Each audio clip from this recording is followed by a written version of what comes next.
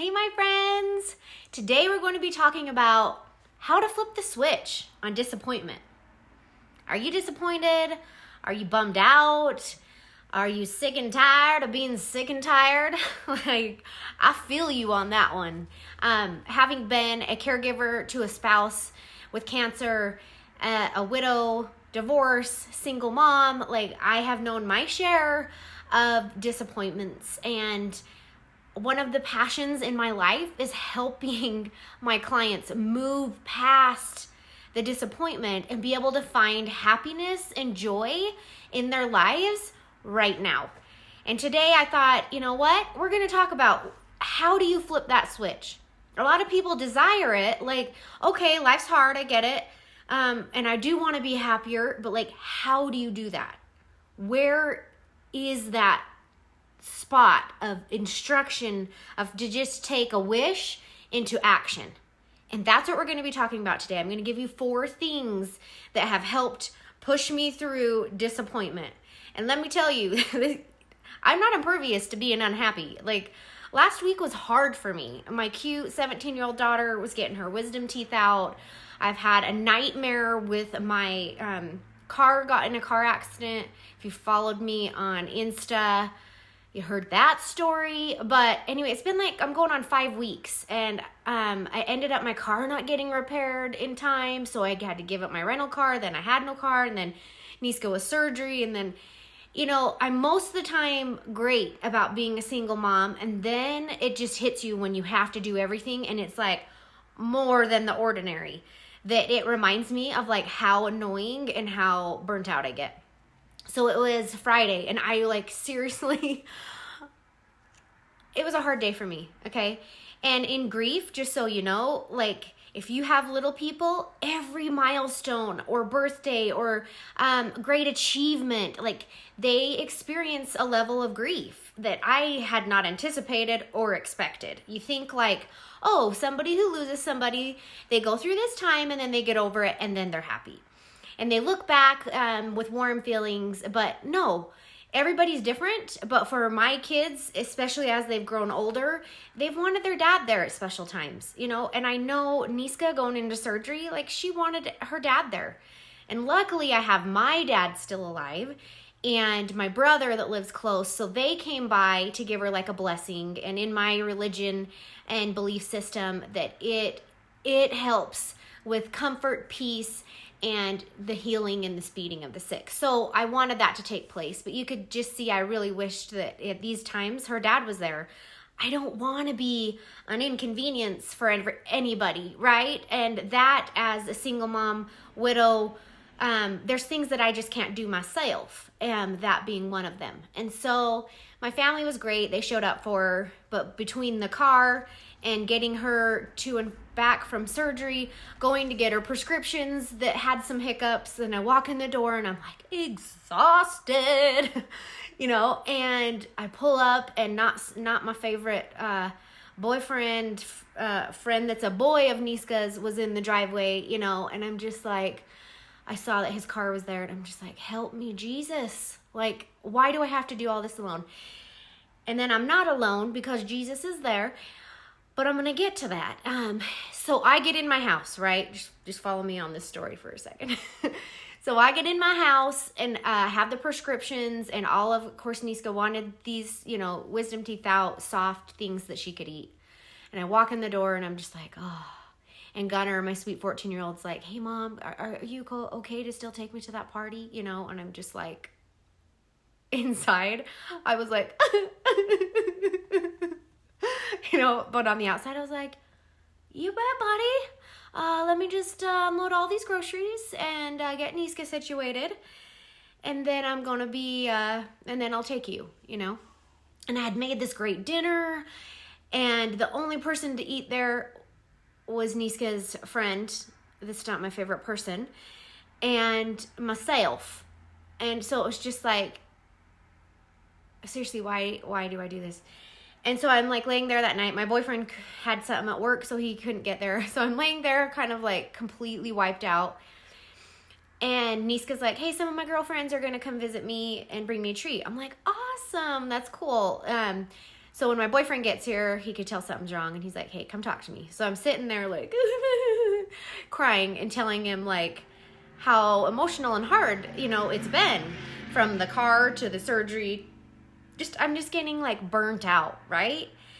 And all of a sudden I hear this crash, like a really weird noise. And I was like, that's weird. And I'm waiting and listening for like a lot of teenage girls giggling or something, right? Because I knew Niska's girlfriends were going to come over. Well, I didn't hear any giggling, okay? And I'm sitting there, and all of a sudden I get a text on my phone. And I look at my phone, and it's like, Mom, my friend just ran into our garage. And I'm just like,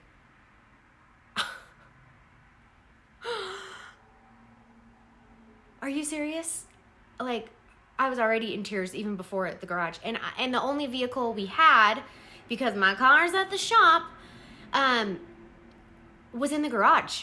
So, like, I go out there, sure enough, my whole garage is completely smashed in. Like, it's messed up. And I felt bad because I looked like a total beast. And I was just like, hey, I am not mad at you. I get it. Like, when I was a teenager, I totally took out one of my friend's mailboxes. Like, I get it.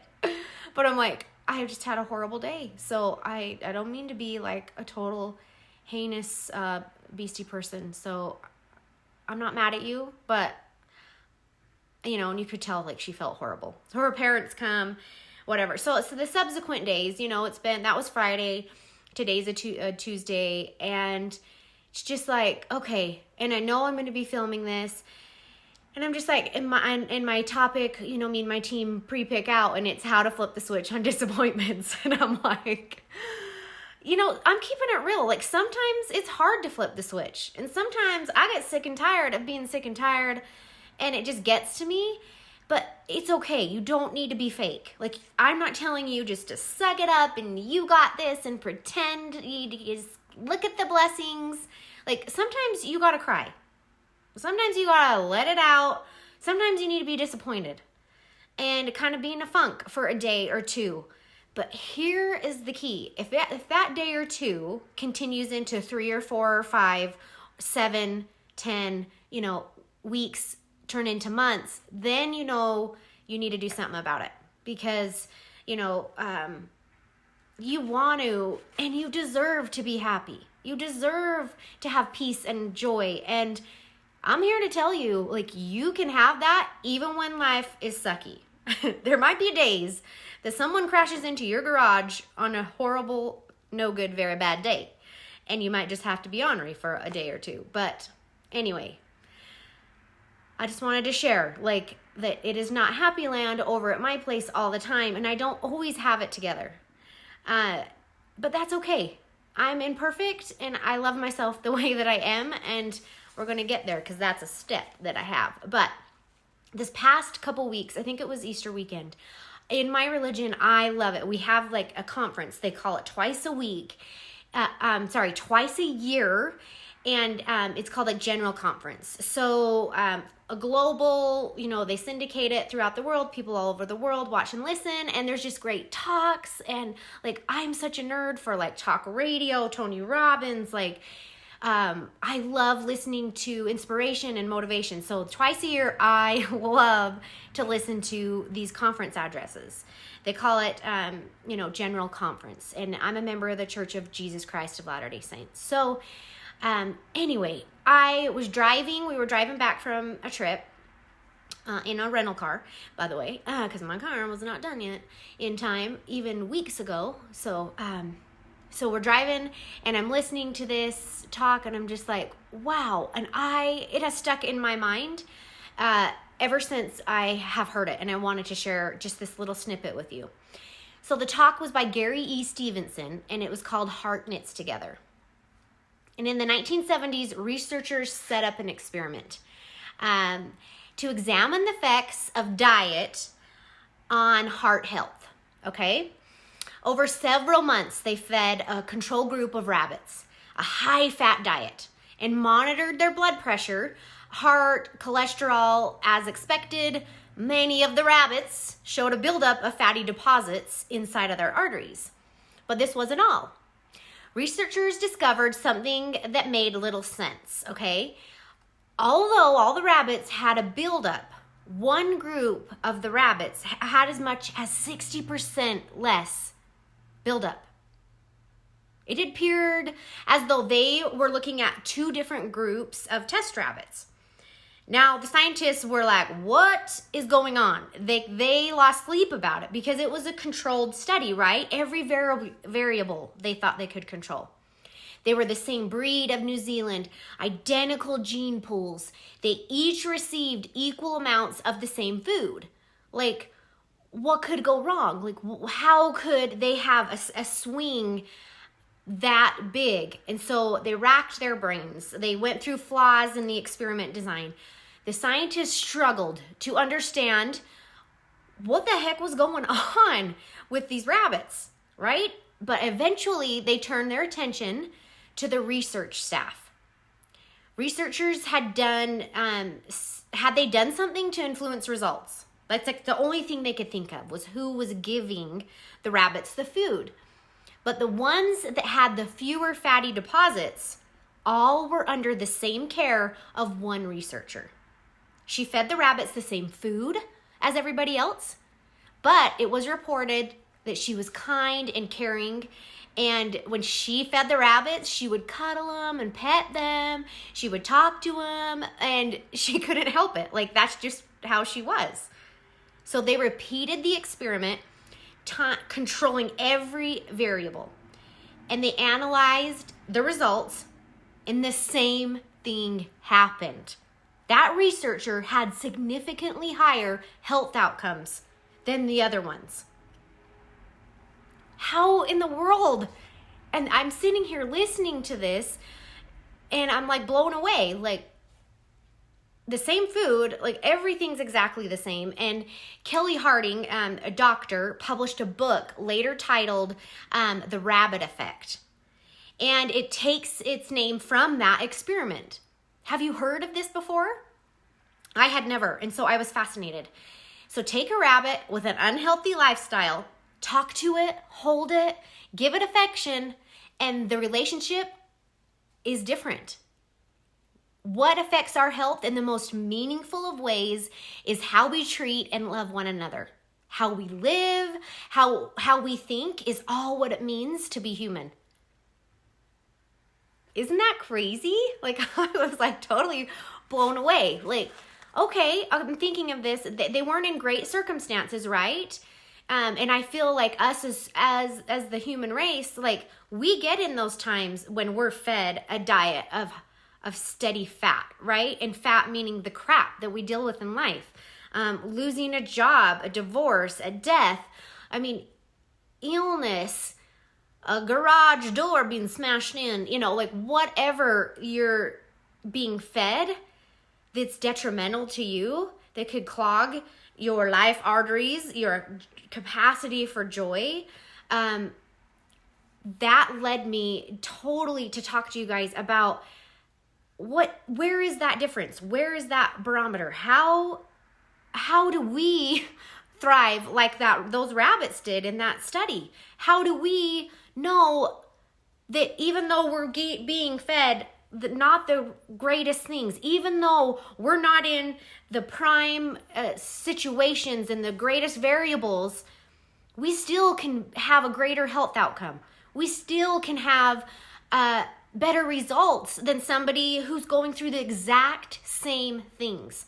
And maybe why this resonated so strongly with me is that, like, going through Clint's cancer diagnosis, like, so many people were like, I don't get how you guys can be so happy. I don't understand it. And for me, I know that it's because I have someone that cares for me and loves me, even though life's hard. And that's what we're going to talk about, is if you are going through hard, if you really need that help to flip the switch, I'm giving you 4 things. So if you want to be a rabbit that is going through hard times, but you're still thriving and you have better health and better spirit in your life, listen to my 4 steps. So 1, who loves you that can listen to you? Do you have a safe and trusted friend? Call them up. Don't be too proud. Who can you talk to? This is what I do in my life. I'm a mentor. I help people that are stuck and want to move forward but don't know how. So find a trusted friend. Check out my website, KamilleBauer.com. You can schedule a free discovery session with me. Do you have a therapist that you like or that a friend has? Like, those are all so great. People that love you or people that can listen to you and help you. That is my number one.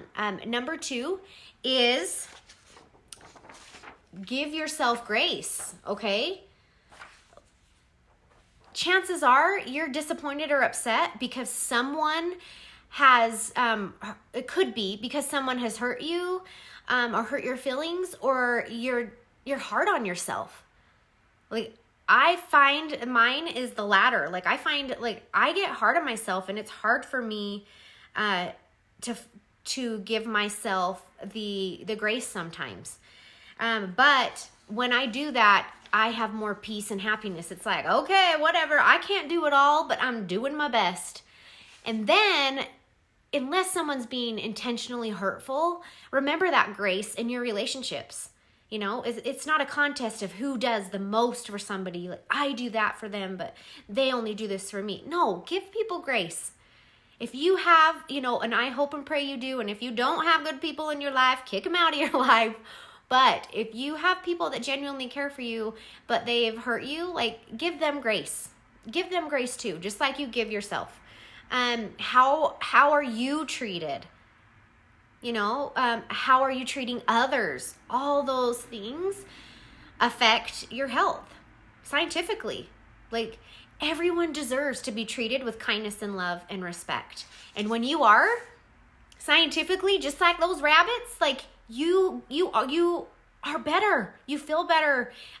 Your health is better. Your spirit is better. All right. Dealing with disappointments. Number 3, how to get out of the funk.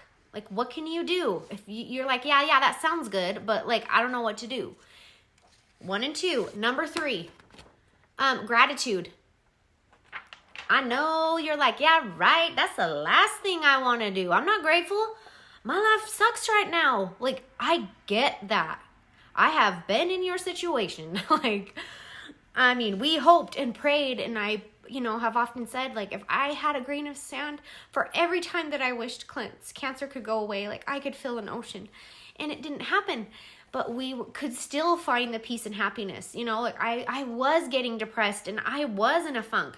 But when I realized that I'm wasting the time that he has, like, I'm wasting it, pining away for what could happen and the bad that is in our life, and I'm blinding myself to looking at the good.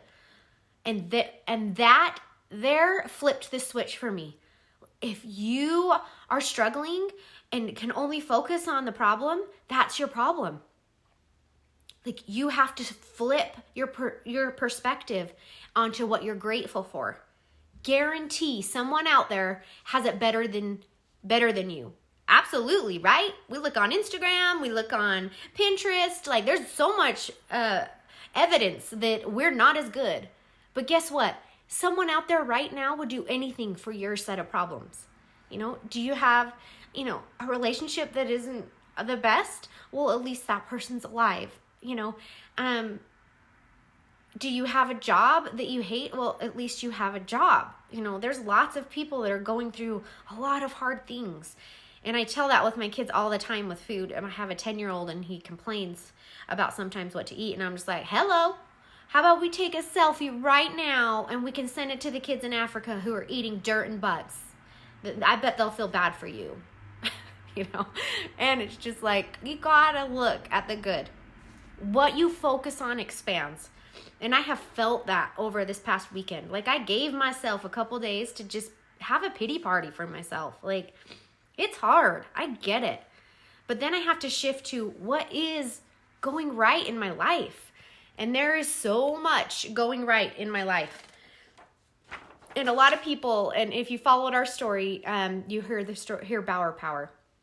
And I want to tell you, a lot of people, and me and my kids love that. Bauer Power, that's our last name. But Bauer Power isn't this we're superheroes because in our DNA, it's extra special than yours. I have come to share over the years that Bauer power is Jesus power. Like for me, or whatever your belief is in a higher entity and a higher being that's out there that cares for you, just like those rabbits, like who's watching over you, who is caring for your well-being, somebody that's out there. And for me, that is, a Savior, Jesus Christ. That for me is God, a loving Heavenly Father that I know is there for me. Even though it's hard, I have felt like those rabbits. I felt like I have thrived and risen above my hard circumstances because of the belief and the faith that I have that someone's up there that loves me. And that has lifted me up through the hard times. So number 4, I want to share. But first, I want to give you this awesome quote. It says, quote, "Happiness cannot be traveled to, owned, earned, or consumed. Happiness is the spiritual experience of living every minute with love, grace, and gratitude." And that is Dennis Waitley. Let me read that one more time, guys. Happiness cannot be traveled to, owned, earned, won, or consumed. Happiness is the spiritual experience of living every minute with love, grace, and gratitude. I loved that, and that fits perfectly into the steps. Number 4, I put Jesus power, which is whatever is your higher power. It is scientifically proven when you believe in something bigger than yourself, it helps you pull through. In John, in the Bible, chapter 10, it says, "I am the good shepherd, and I know my sheep and am known of mine. I lay down my life for the sheep." And I love that when we have that realization that he is there for us. The Savior literally died for us.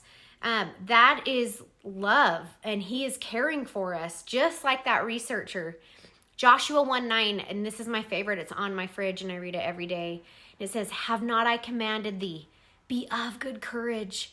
Be not afraid, neither be thou dismayed. For the Lord thy God is with thee, whithersoever thou goest." So if you are having a hard time getting past your disappointments, flip the switch with those 4 tips I gave you. If you need more help, reach out to me. My website's KamilleBauer.com. I do a 30-minute free discovery session and help people move past their hard and improve their quality of life. So I love you, and I'm thinking of you. If you're going through something hard right now, remember those 4 steps, and it will help you flip the switch from disappointments to greater and more happiness in your life. I also do a free 4-day program on my website, KamilleBauer.com, right front and center. I think it's 4 days, 4 ways to turn your setbacks into setups. And that's a completely free program, and you can click on that. And every day I send you me talking to you with a workbook. And anyway, it's awesome. So if you're stuck and you want some help that way, you could totally check my website out there and get help that way. So anyway, I love you guys. We will talk to you next week.